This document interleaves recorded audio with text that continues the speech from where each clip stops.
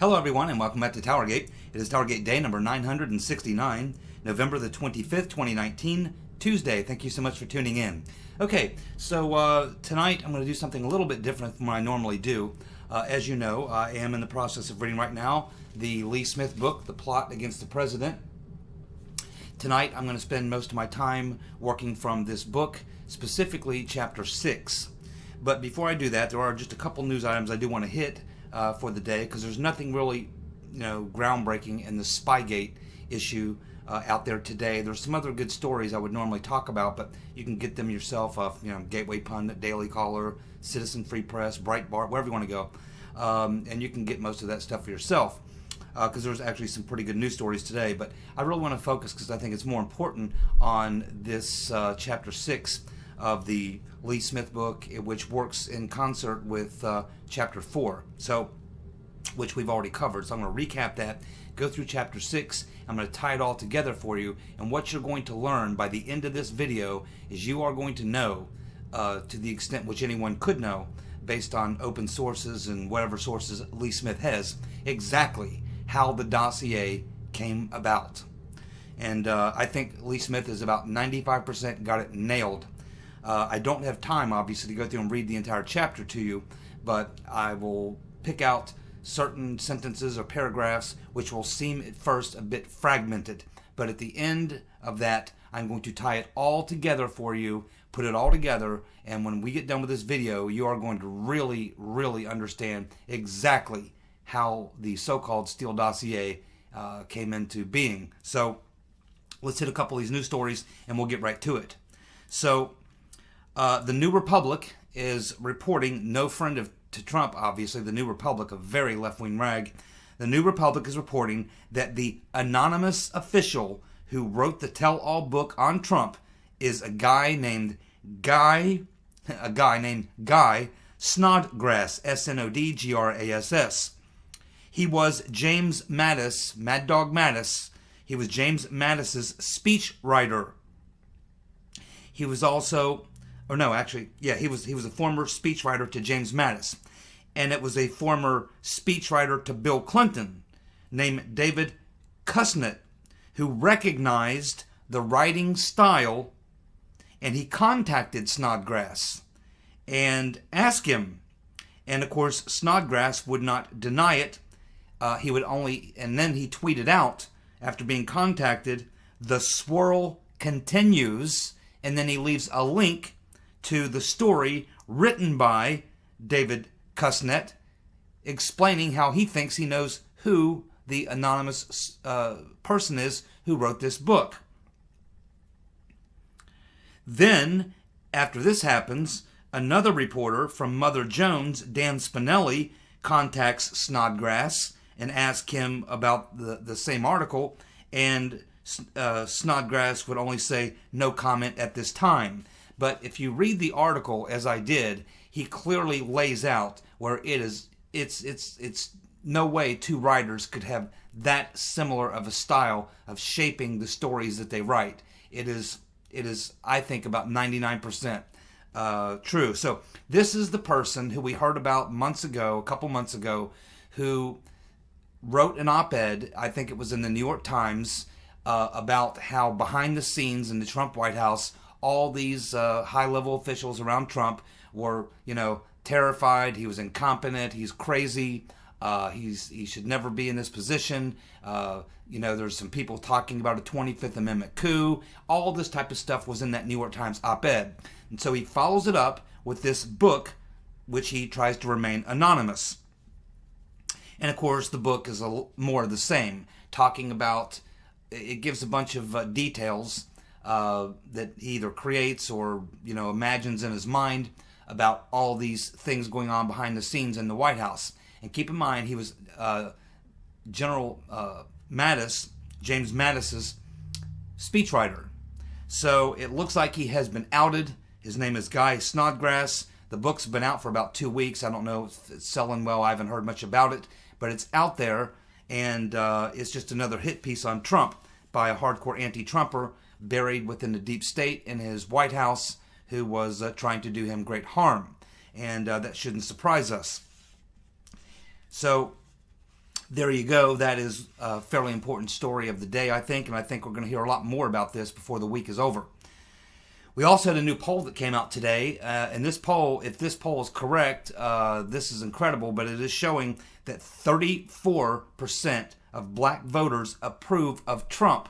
Now, this is coming on the heels of a poll that we had about 2 to 3 weeks ago showing Trump's approval rating with Latinas being in the, or Hispanics, Latinas, whatever, being in the, in the 30% range as well.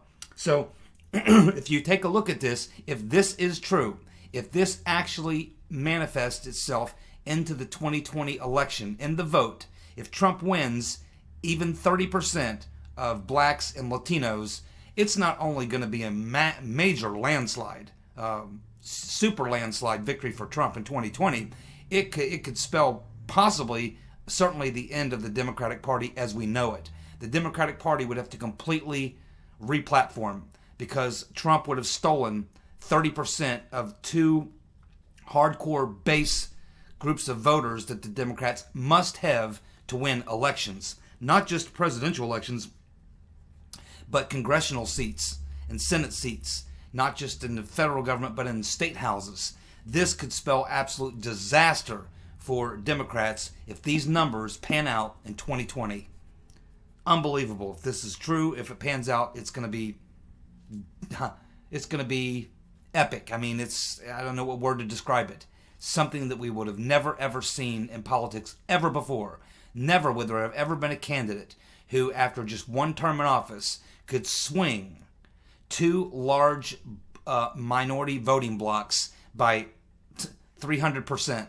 I mean, that's off the charts. That's not even, no one would believe it. If you wrote a novel and you made this happen, no one would believe it. It'd be, oh, that's impossible.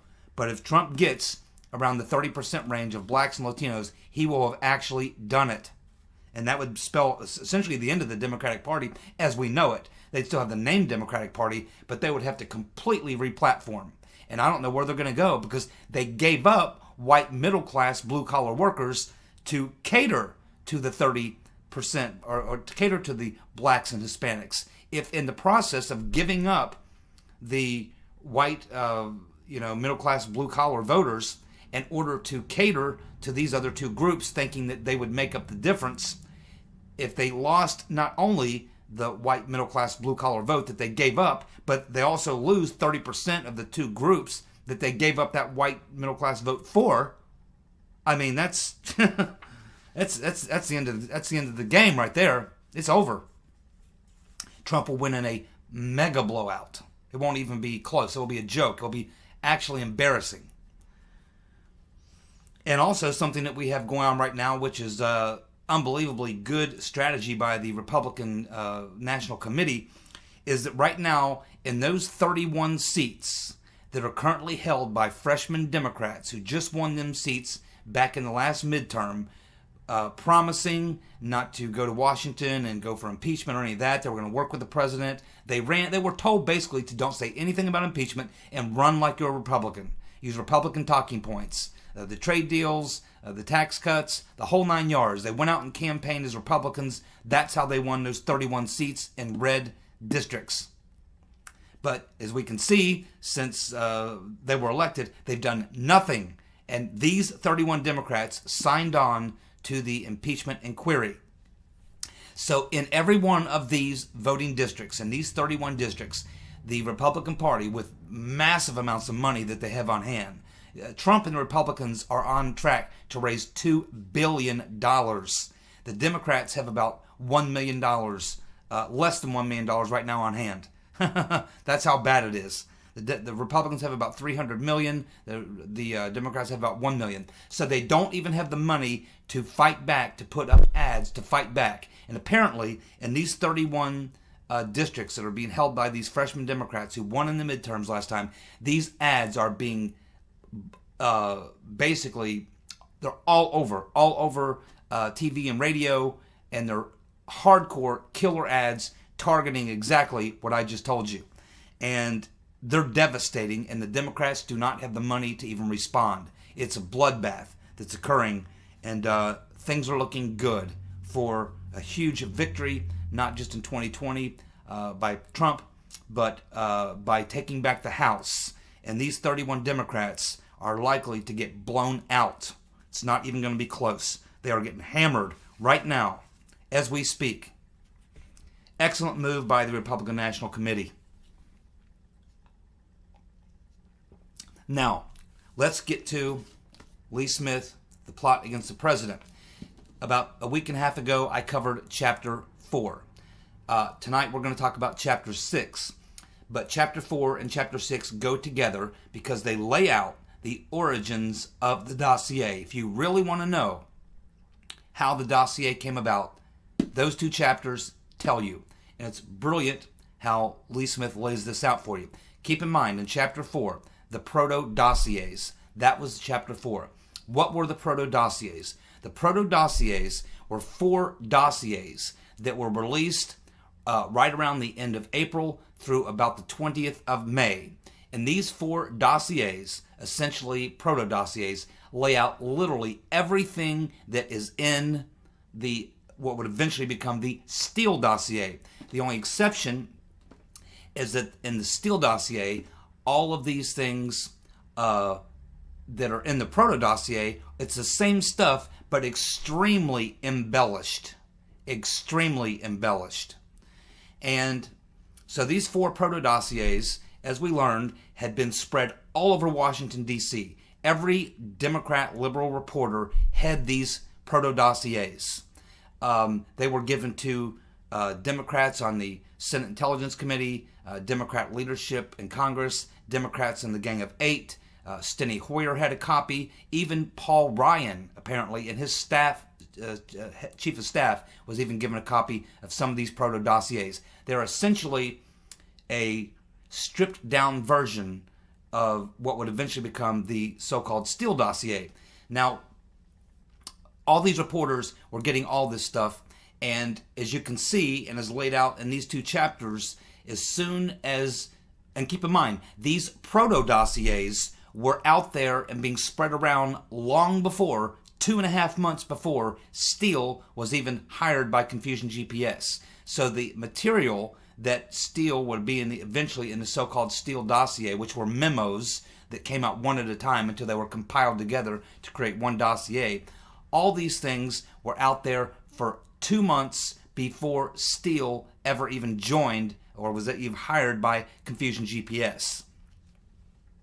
So the only thing that really wasn't in these so-called proto-dossiers until the very end was the PP-Gate story. Most of the rest of it was it was the same people, it was the same companies, the same oligarchs, and all this type of stuff that was all in these proto-dossiers. They were already out there. The media already had them. They were all trying to look into the stuff and verify it and all this sort of thing. And remember, Lee Smith lays out in Chapter 4 that he believes that the proto-dossiers, the sources of these proto-dossiers, was primarily Glenn Simpson with Nellie Orr doing her, because that's what Nellie Orr was a specialist at. She worked for the CIA as an open source researcher. Glenn Simpson himself, a former Wall Street Journal reporter. Also, they were using Mr. Baumgartner over in London, who also speaks fluent Russian. He was a student of Nellie Orr's. They've kept in contact over the years. Baumgartner works closely with both Orbis Intelligence and with Hackloot, the 2 private intelligence firms. He does work for the British government, other governments throughout Europe. He's a Russian expert, has a lot of contacts. They were the primary sources of the proto-dossiers. Then there was also, of the first primarily 2 dossiers, proto-dossiers. Then you get to the latter 2 proto-dossiers, and you start getting the stuff that's being flowed in from Ukraine. That's coming directly from Alexandra Chalupa, who was communicating that information directly to Glenn Simpson and Michael Isikoff. She was also giving it to the DNC in the Clinton campaign. Then the Clinton campaign, the DNC, was somehow passing this off to Cody Shearer and Sidney Blumenthal, and they began taking some of this information and dreaming up their own scenarios, creating their own dossier, what we know as the Shearer dossier, and it was the Shearer dossier that produced the PP-Gate story. and that culminated with Christopher Steele again embellishing that story and putting that into his dossier. So now we know where the original sources were for what eventually became the so-called Steele dossier. So what I'm going to do is I'm going to go through now in chapter 6, and I'm going to read some passages, some sentences, and some paragraphs, which will seem a bit scattered at first. But once I go through these, then I'm going to go through at the end of the video here and tie it all together so you will absolutely have a crystal clear understanding of exactly how we got the so-called Steele dossier and why it never should have ever been any type of a surprise to anyone in the left-wing media who had already been sitting on these proto-dossiers since the beginning of May of 2016, and as well as the Clinton campaign, who was, essentially being fed the same stuff because Confusion GPS was hired by the Clinton campaign.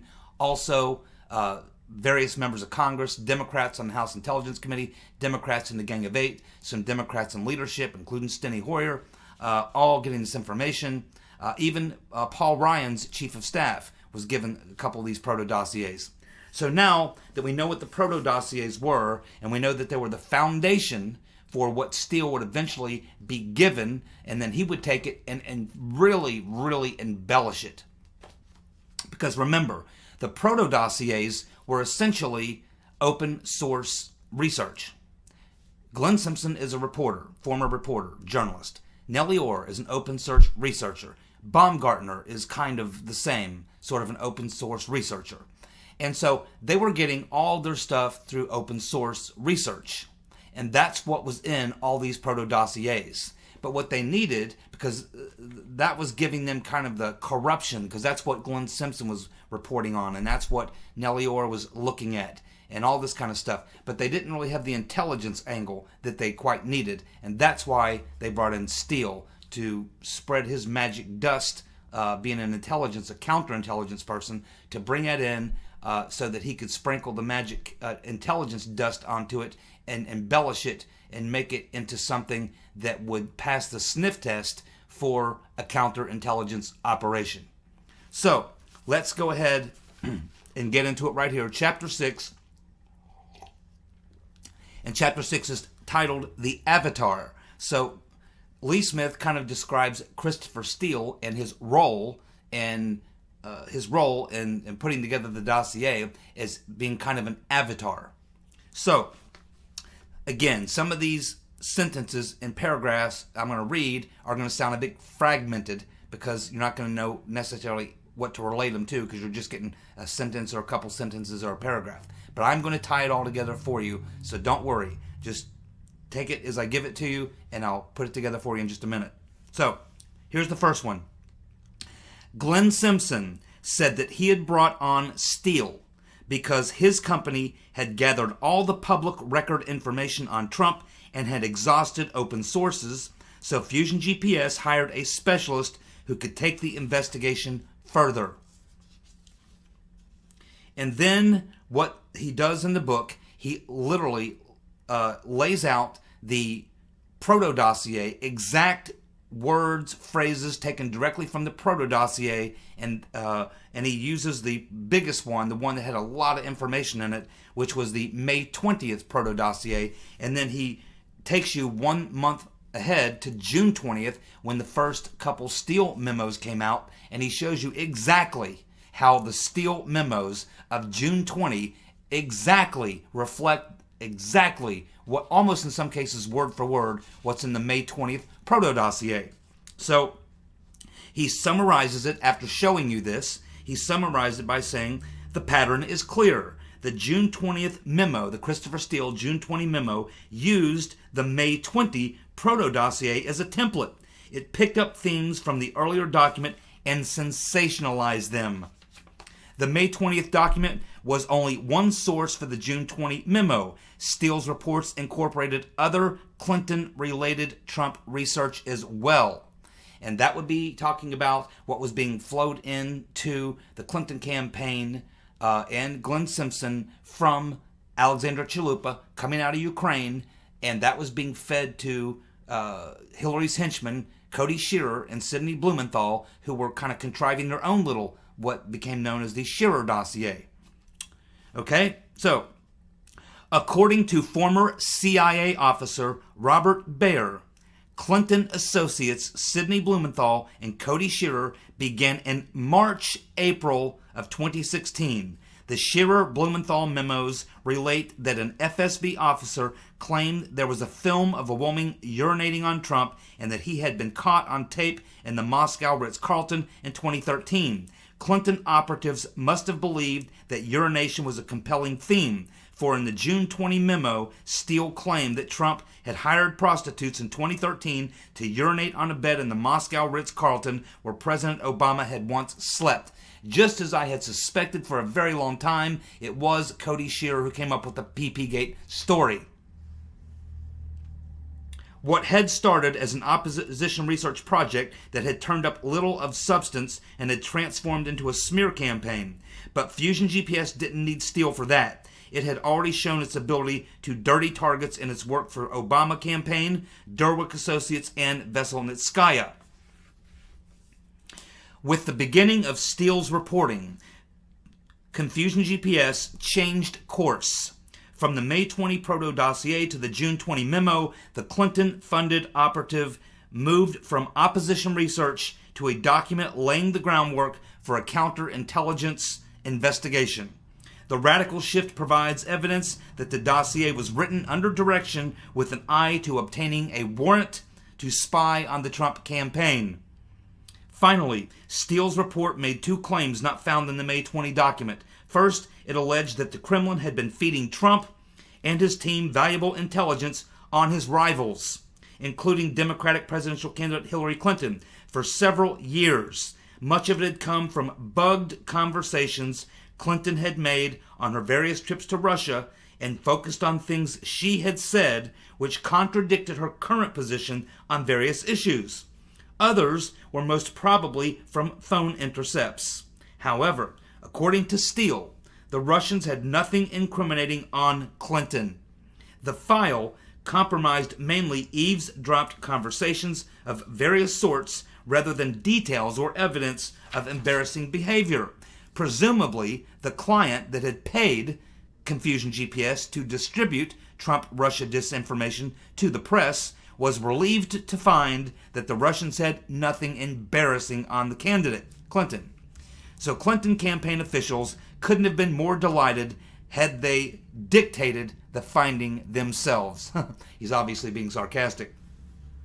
So it seems that whoever was directing Steele's reporting was preparing for the possibility that Clinton's communications were going to be leaked.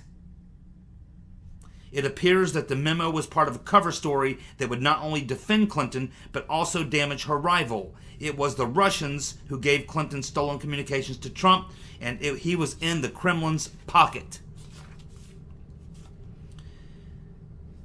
And let's see. Finally, in 2014, nearly 4 years after Russia was awarded the World Cup, the work for which Steele had reportedly been hired began to surface. According to Steele, the central figure in the World Cup scheme was Igor Sechin, the CEO of the Russian energy giant Rosneft.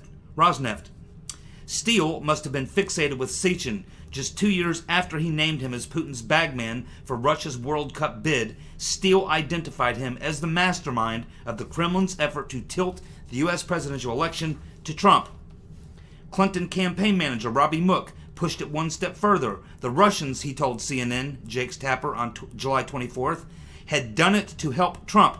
I don't think it's coincidental these emails were released on the eve of our convention here, he said. On July 30th, Steele was in Washington, and he saw Bruce and Nellie Orr, his old acquaintances. Bruce and fellow Fusion GPS contractor Nellie. Over breakfast, Steele told them about the work for which the Clinton campaign had commissioned him. He told them about Carter Page's meeting with Igor Sechin. He talked about Oleg Deripaska's lawyer, who was collecting information on money Manafort might have stolen from the oligarch. He also told them about one of his sources, a high-level former Russian intelligence official. Steele's most significant finding was nearly identical to claims made by Clinton campaign manager Robbie Mook. The day after Steele met with the Orrs, the FBI opened a counterintelligence investigation on the Trump campaign. There you go. Now, let me kind of wrap all this up for you. Here is what the dossier is.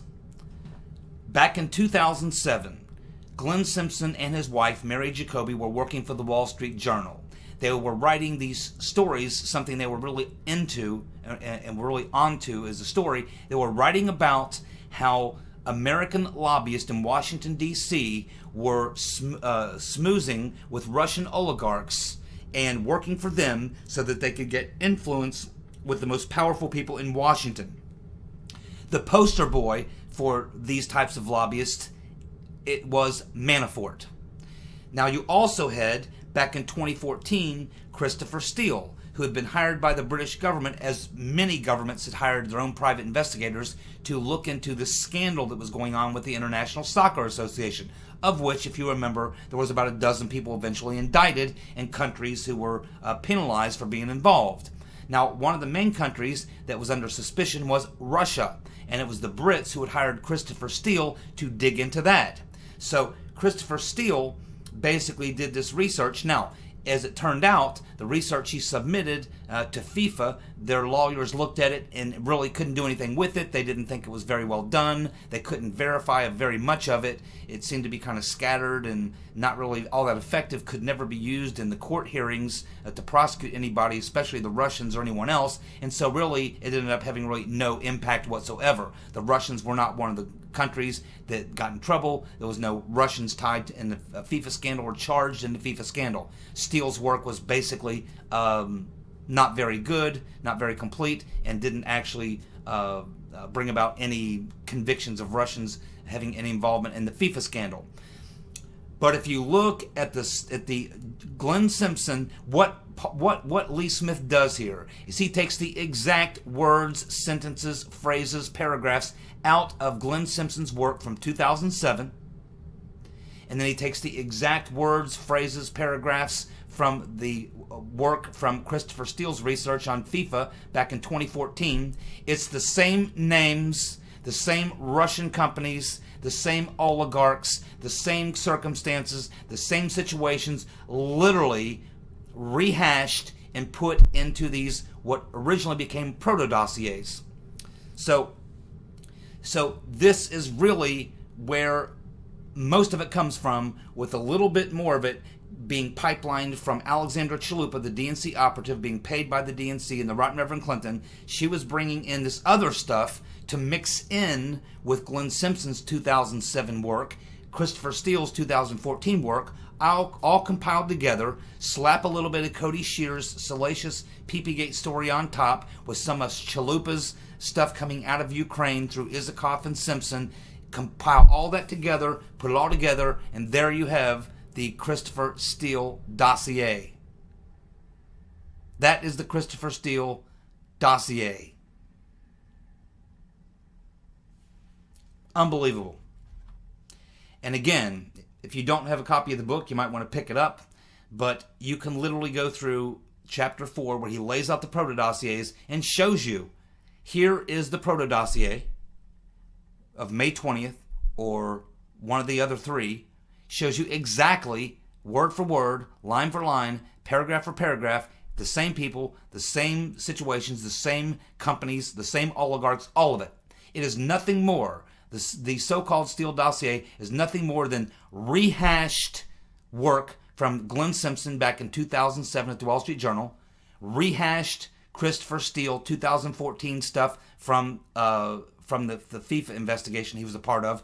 It was literally just sort of meshed together with a little bit of new information that was compiled on from the Ukraine stuff that was coming through Alexandra Chalupa through the DNC, being fed back to Cody Shearer and Blumenthal. And remember how Christopher Steele got hold of the PP-Gate story. Shearer comes up with this, and he gives it to Blumenthal, Hillary Clinton's two henchmen, who then passes it on to Jonathan Weiner, who then passes it on to Steele.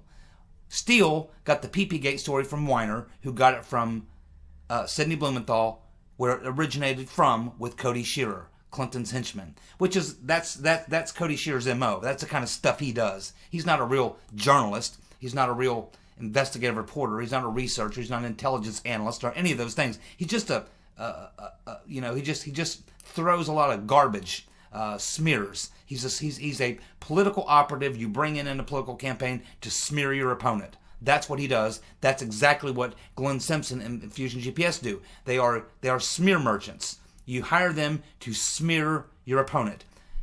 Lee Smith lays out clearly in Chapter 3 the entire history of Confusion GPS, and you can see this is what they do over and over and over and over again. They do smear campaigns, not opposition research. Smear campaigns.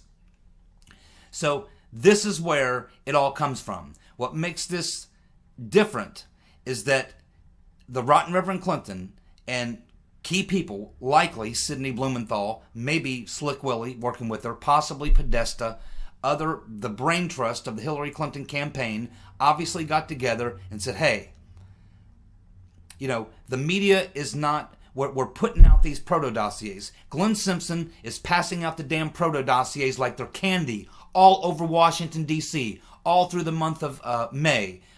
These 4 proto dossiers through the month of May are just being literally blanketed all over Washington, D.C. Everybody's got the stuff. CNN, ABC, CBS, Washington Post, New York Times, The Guardian, you name it. Everybody's got it. Not just here in D.C. either, but also in some of the major media sources in London and various other places.